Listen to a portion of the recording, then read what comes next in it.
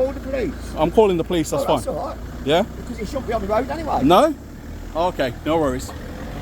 Well, I'm not doing it on my insurance. No.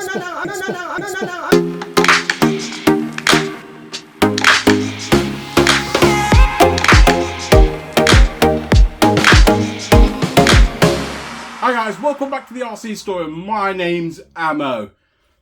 Alright, this is a video that I did not want to make. Unfortunately, if you didn't see the last video, be sure to check it out. I'll put a link just up here in the corner. It was the unboxing video of the '63 Chevy Impala. This thing, I flew out all the way to America and picked this up from Primal RC. A huge shout out to Dan. And this was one of the cars I wanted to add as a bit of a collection piece to my Impala collection, or should I say Lowrider collection.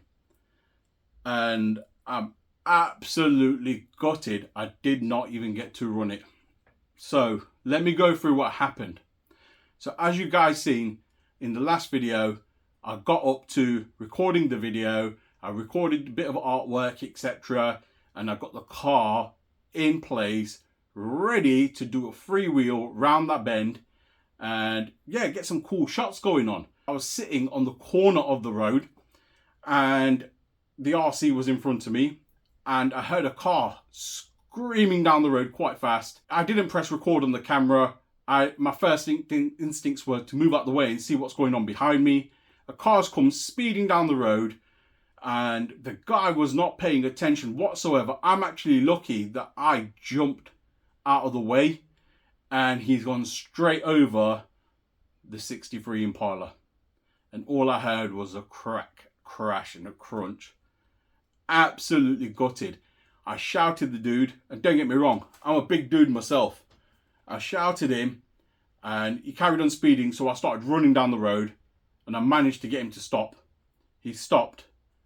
And basically, this is what happened.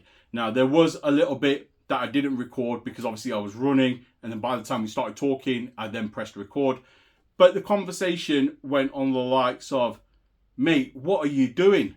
Like, you've seen me sitting in the middle of the road. Why are you driving so fast? And he goes, some of us have to get to work. And I go, you realise what you just done? And he went, no, what did I do? I went, you just went over my RC car. It literally went crunch and you could hear it. He goes, oh, that's what that noise was. Sorry, mate. Literally like that. Like some people. And he didn't have a care in the world. It was basically 2 fingers to me is basically what he did. And then obviously I'll play the footage of what he then said.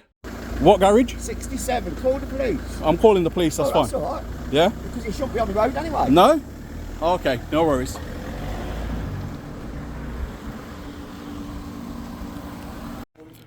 Right guys, it looks like that video didn't go as planned. A car just decided to run over it. No way. And he basically told me to F off and do one. And he's gone down the road in his car. Sorry guys. So the chap basically asked me to call the police and sort of said, do what you want to do. Because guys, the justice system in the UK is absolutely terrible. For stuff like this, it's petty. They're just going to laugh at it. And I get it. It's an RC car. It's replaceable. I'm okay. That's the main thing. I didn't get hurt. But what wound me up more was his attitude stank. He was not apologetic. He just said, oh, sorry, mate, just once. Like, just shrugged it off. And then this happened. So I walked over to his garage. And I was being as nice as possible. Naturally, you're going to be angry, which is the case with anyone. And you're going to be fuming. And I know a lot of people in the comments will going to be like, why didn't you fill him in? Why didn't you do this? I'm not about that. I'm all about positivity. So I approached his garage and basically I wanted a civilized conversation with him. And basically for him to acknowledge what he's done, which he did. But then at least try and compensate me for this. Guys, I traveled to the USA to pick this up and absolutely gutted. And this is what happened.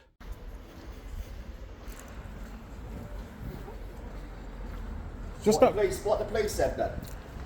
Oh, the police basically asked for a report, as they would, which you're totally aware of. Right, well, I'm not doing it on my insurance. Okay. Because end of the day, you should not have that vehicle on the road. I pay road tax. Okay. So. But that's not what the law states. So what does the law state then? It's classed as a toy, and you're allowed to use toys on the road. Right. Yeah. So if it's £1,000 car, yeah. Why if you got it on a road surface like this? Okay. Yeah. Go on. We struggle with cars down a normal car, and you've got a little toy car on the road. Okay.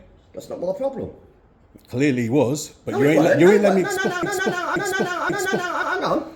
If you're on the middle of a crossroads, yeah, and you're coming work, yeah, you want to get work. Yeah, I was working. That's what I was doing. I didn't come here to play. So what do you do for a job then? I'm a YouTuber. Well, not my problem, mate. If the police said just a report, you can record me as much as you want. Yeah, it's fine. Come on, get out of my unit. I'm outside your unit. So there's nothing you're going to do. There's nothing I'm going to do. Yeah. The fact is, you shouldn't have had it on the middle of a road. Job done. I don't appreciate you I swearing paid at my me. road tax. I've come here, and when I approached you, I said I'm having a civilised conversation with you. Yeah, and I'm having a I did not civilised swear at you, so conversation why with are you. you swearing at me? When did I swear then? Play it back. Play it back, okay. So at this point, I basically replayed the footage that I've recorded of him and his foul language. He had a bit of a meltdown and decided to walk away from me because he now knew that I was actually recording everything that he was saying and mentioning.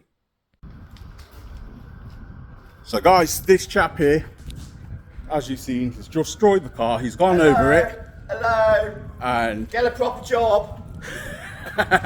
and this is the attitude we get for grafting to make content. Absolutely outrageous, right?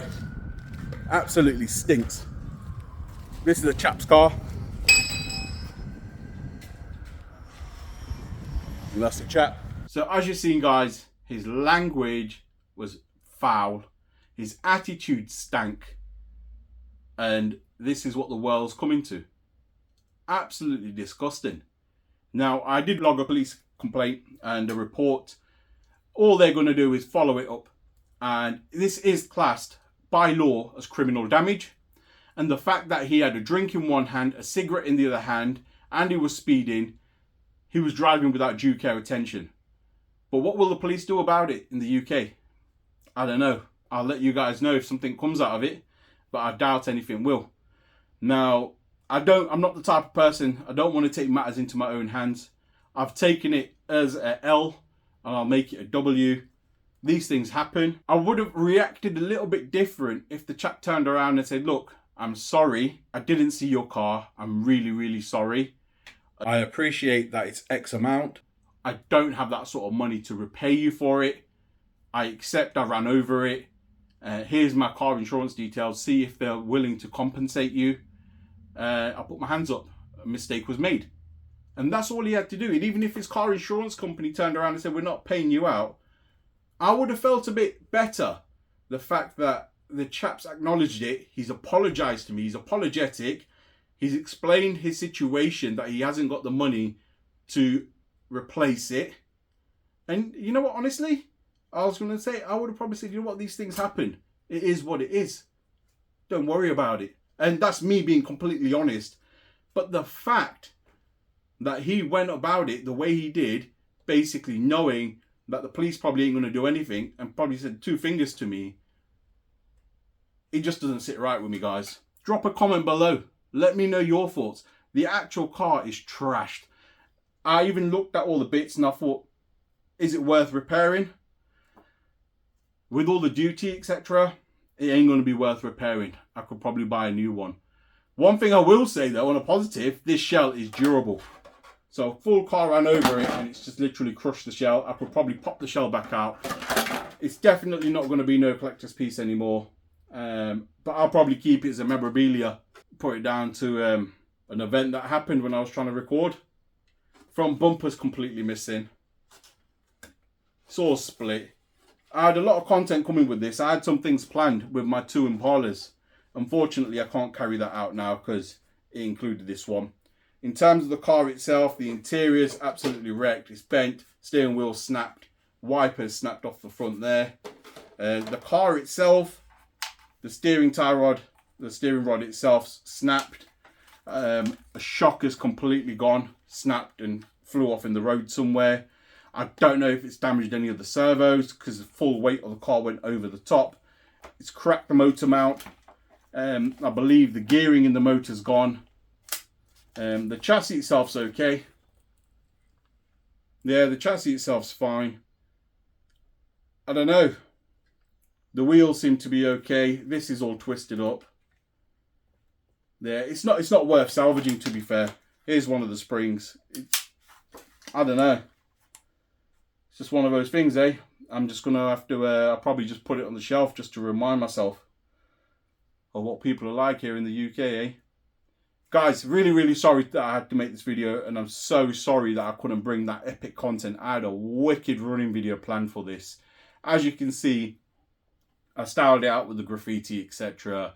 If you haven't seen the previous video to my 64 Gold Digger edition, be sure to check that out. I'll put a link just up here in the corner.